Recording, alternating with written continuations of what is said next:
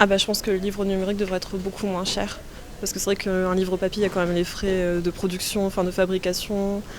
Et moi je dis pas qu'un livre numérique, il n'y a pas de travail derrière. Parce que justement, en tant qu'assistante d'édition, je sais très bien qu'il y a du travail. Mais après, on n'a pas l'objet en fait en main. Donc je pense que ça devrait être beaucoup moins cher. Moi j'aime pas trop le livre numérique, donc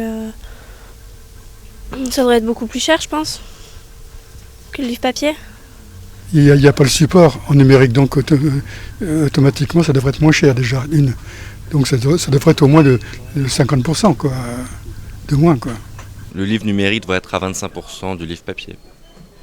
Moi, je n'utilise pas du tout de version numérique, j'aime pas du tout ça. Et déjà, je suis pas sûre qu'il faudrait qu'il y ait une vraie différence en fait. Il doit y avoir une différence de prix, puisqu'on n'a pas le support qui va avec, mais après, je sais pas quelle différence quoi. Il doit exister vraiment. Ça doit être aux professionnels de l'établir, j'imagine. La différence du coût de production, tout bêtement.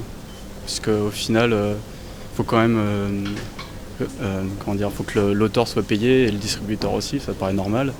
Après, c'est peut-être le temps que ça demande pour qu'il soit numérisé.